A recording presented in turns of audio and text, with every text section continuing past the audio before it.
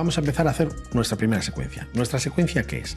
Es tanto una forma de ordenar como unos ajustes que se adecúan a la tecnología con la que está grabada el material. Es importante, como ya os he dicho con anterioridad, que seáis conscientes de cómo está grabado el material que traéis. ¿Vale? Y eso tenéis que saberlo, porque en la medida en la que la secuencia coincide con el formato de origen, pues todo irá mejor y Premiere sufrirá un poquito menos.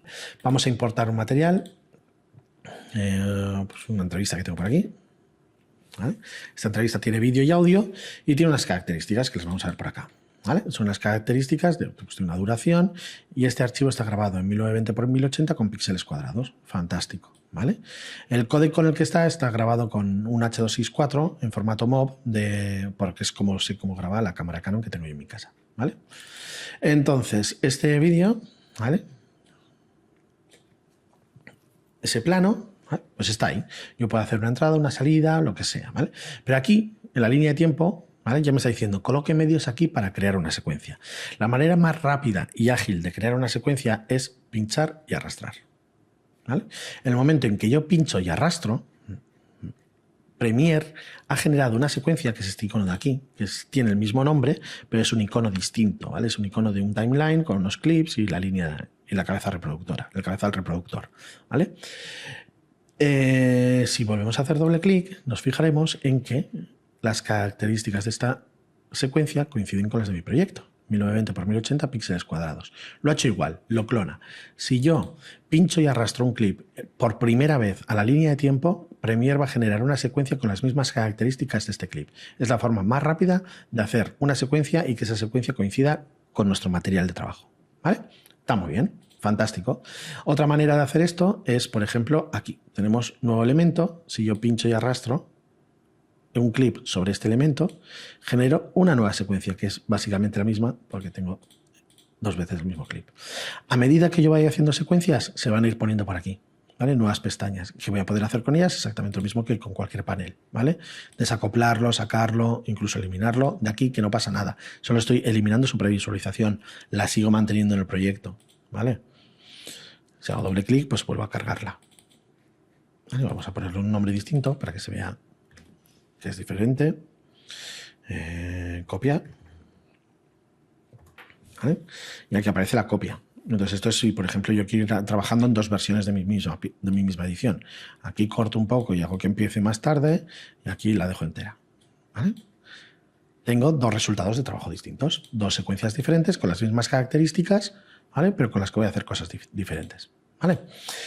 Bien, imaginaros que en algún momento quisiera cambiar algo, ¿vale?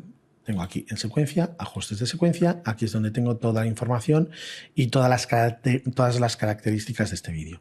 En el momento en que yo, por ejemplo, cambio cualquier cosa, pues ya voy a estar cambiando esos ajustes de secuencia y puede que me dé problemas. Pero bueno, yo podría cambiar los fotogramas de duración a 30 fotogramas por segundo, podría cambiarle la resolución, el tamaño de fotograma, vamos a hacer, yo qué sé, un 720 x 576. No, sí, venga, sí, por 576, ¿vale? Un formato clásico de televisión antiguo, aceptar. ¿Y aquí qué ha hecho? ¿Vale? Lo que acabo de hacer en esta copia de secuencia es cambiar los parámetros de ajuste. Esta secuencia ahora es un formato cuadrado, ¿vale? Retro de los televisores de casa de vuestras abuelas, ¿vale? ¿Qué haya sucedido? Que el vídeo es mucho más grande que nuestra secuencia. ¿Vale? Pues son este tipo de incompatibilidades las que nos vamos a encontrar cuando nosotros trabajemos con ajustes de secuencia que no corresponden con nuestro material de origen. ¿Vale? Fijaros que le sale una línea roja. Esto quiere decir que Premiere me está diciendo, oye, vamos a renderizar esto, porque le cambio los fotogramas por segundo principalmente. Y cuando yo intento trabajar con programas donde no coincide, pues entonces Premiere va a ir mal, va a ir despacito y va a sufrir. ¿Vale? Entonces, esta es la principal idea que os quiero transmitir. Ser conscientes del material con el que estáis trabajando para que no tengáis problemas después con la edición. ¿Qué sucede cuando tengo, por ejemplo, materiales que están grabados en 1920 y materiales que están grabados en O sea, en 1080 y en 720, ¿vale? Son archivos distintos. O en 1080 y en 4K. ¿Qué decisiones tomo? Pues hay que tener en cuenta que si el archivo de origen, el archivo con el que yo estoy trabajando, es más grande que la secuencia, yo lo que tendré que hacer es escalarlo haciéndolo más chiquitito, ¿vale? Bajo la escala, ¿vale? Y aquí tengo pérdida, pero bueno, quizás no tanta. ¿Vale? Iremos viendo todo esto más adelante, no os preocupéis. ¿Vale? Aquí tengo ajustado. Si hubiese sido al revés, ¿vale? Vamos a cambiar esta secuencia. Ajustes de secuencia y le vamos a poner, vamos a un formato raro, 4000 por 2000. Vamos a ponerla a 25, a ver si sufre menos. Aceptar, aceptar.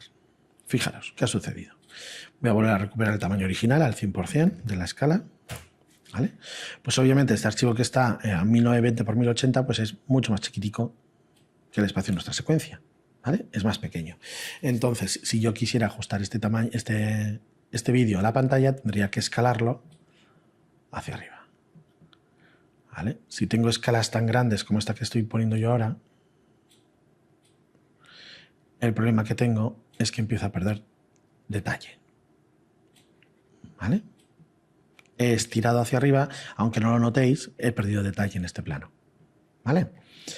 Pues no puedo daros una respuesta de cuando encontréis, cuando tengáis materiales que están grabados en 1920, o sea, en distintos formatos, en distintos tamaños, la decisión la vais a tener que tomar vosotros en función de si queréis sacrificar un formato de exportado, de reproducción más pequeñito para que no haya pérdida de calidad, o si realmente tenéis muy poco material en una calidad más pequeña y queréis aprovechar que todo lo que habéis grabado en 4K se vea con esa definición de 4K. Pues eso son decisiones personales, ¿vale? Con respecto a las secuencias, poquito más que deciros. O sea, no iremos viendo cositas, pero cómo se pueden anidar secuencias y cositas así, pero eso más adelante, ¿vale?